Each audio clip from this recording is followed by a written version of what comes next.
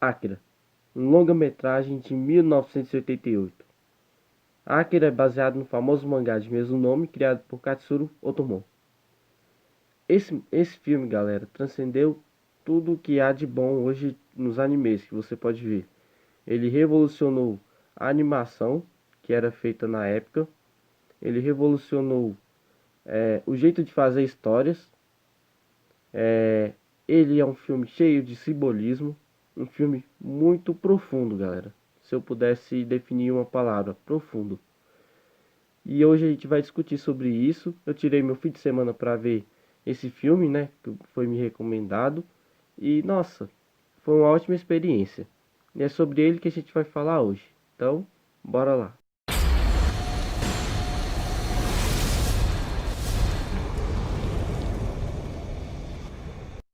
O filme se inicia com uma grande explosão no Japão em 1988, durante uma iniciada Terceira Guerra Mundial. Essa explosão, possivelmente causada pelo Akira, que é somente uma criança com poderes psíquicos, e após 31 anos, né, no futuro, depois dessa explosão, nos é apresentado a nova New Tóquio, né, no ano de 2019, o conceito daquele universo, daquela cidade, né, com várias camadas de tecnologia, com show de imagens a laser, belos prédios, enquanto em lugares mais baixos da cidade a gente vê nas 11 becos, se vê pobreza, assassinatos, roubos, protestos e tudo mais. Ou seja, é um conceito de universo cyberpunk. Mas falando assim, basicamente do roteiro de Akira, que é muito bem feito, muito bem construído, é, você vê que ainda ficou algumas coisas em abertos, né? Algumas coisas que não foram muito bem trabalhadas, como um relacionamento mais profundo entre os personagens, como por exemplo o protagonista Kaneda e a sua par romântica, né, digamos assim, a Kei. Depois que eu fui pesquisar, eu vi que eles teriam um relacionamento mais aprofundado, né, como teve no mangá, que eu não li, repito novamente. Então a gente vê que, como é um filme, né, eles fizeram tudo em um filme, ficou algumas coisas que não foram bem trabalhadas, alguns relacionamentos. Em contrapartida, o Kaneda, junto com seu amigo o Tetsu, que até um certo momento, né, meio que o rival do Kaneda. O Kaneda sempre foi o líder, sempre tratou ele como se fosse realmente o número um, né, o chefão, por ter uma moto melhor, ter uma moto totalmente modificada que só ele sabe utilizar. O Tetsu, ao mesmo tempo que via ele como amigo, sentia que ele era meio que inferior ao Kaneda. E isso meio que foi surgindo uma rivalidade e era uma mistura de raiva que ele sentia pelo Kaneda, quanto e também não só de raiva, né, mas também de certo como ele via como um amigo.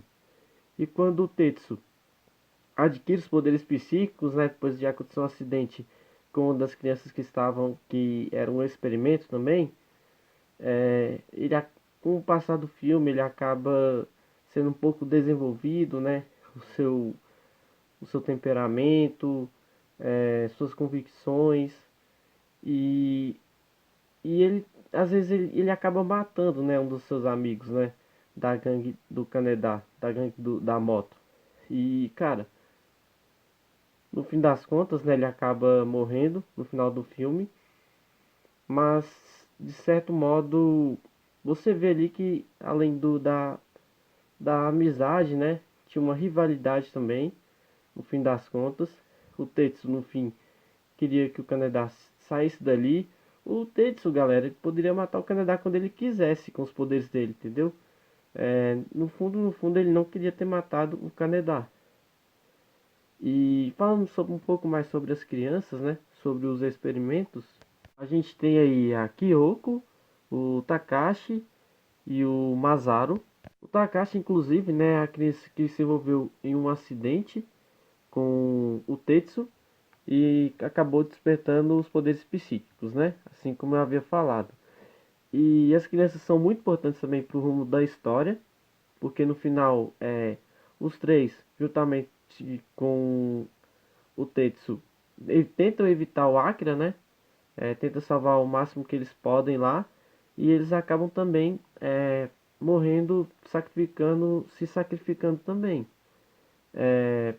As três crianças eram muito importantes, eram muito profundas para a história. Eles viam Tetsu, depois que ele despertou os poderes, como um igual, né? Como um irmão praticamente. Depois de ter passado por vários experimentos também. E no fim é muito bonito realmente aquele sacrifício que a gente vê entre os três. Mas falando um pouco mais sobre os simbolismos, né, que a gente vê muito dentro desse filme, a gente vê muitas coisas assim relacionadas à religião, ao fanatismo da religião, né? As pessoas adorando Akira. Você vê ali que em um certo momento, quando as pessoas pensam que o Tetsu é o Akira, você vê ali muito radicalismo, né? Nas ruas e tudo mais. Você também vê ali uma crítica ao autoritarismo, né? O coronel ali, depois que ele, ele é retirado para não participar mais da pesquisa, você vê ali que ele começa a querer é, se, au- se autoproclamar de tudo, ele começa a matar algumas pessoas envolvidas e tudo mais. Você vê ali também os revolucionários, né? Os terroristas que tentam resgatar as crianças no início, né? Eles também têm as suas próprias motivações, né? Para tentar derrubar o governo, os experimentos. E você também vê o povo que está ali na rua, né? Os estudantes e tudo mais, lutando pelos seus direitos. E tem também os grupos, né? Com isso, as gangues. Tem a gangue do palhaço, tem a gangue do nosso protagonista, né? O Kaneda, a gangue da moto. Você vê ali tudo bem trabalhado, tudo bem colocado, né? Você vê crítica a vários simbolismos, como o ego humano, digamos assim, né? Como eu havia falado, a religião, né? O fanatismo da religião, autoritarismo. Tudo isso é meio que jogado de forma ambígua para você ir pegando assim que você estiver vendo o filme e funciona meio que uma crítica, né? Então eu achei isso muito legal dentro do filme e, cara, realmente serve como uma crítica à nossa sociedade. Você vê muito, como eu falei, né? Muita corrupção entre os políticos, né? Eles discutindo que vai ter que retirar o coronel, porque vai ter as Olimpíadas, né? Em 2020. E olha só, galera, esse filme conseguiu prever o cancelamento das Olimpíadas, né? Porque com o final do filme, né? Com aquela explosão e tudo mais, certamente foi cancelado as Olimpíadas, né? Ou não, mas provavelmente foi sim. Mas enfim, galera, esse filme trabalha muito com o simbolismo também. Mas como eu falei, galera, se eu pudesse resumir esse filme em somente uma palavra, eu iria resumir em um filme profundo. Porque você vê ali que, apesar de é um filme que tem superpoderes, poderes psíquicos, mas você também vê que tem muita coisa ali jogada, muitas coisas profundas, né? Como por exemplo o medo dos japoneses, né? De bombas nucleares e tudo mais, né? Devido a um trauma que o Japão tem, por já ter acontecido isso na Segunda Guerra Mundial. Você vê o temor que a população sempre sente, né? Ao ver isso e tudo mais, o temor que o exército sente, os militares, né? Ao falar sobre as explosões, os próprios personagens em si também, né? Toda hora tenso, principalmente quando vai ocorrer a explosão. O Japão é muito traumatizado com isso, então é um filme muito profundo, muito delicado.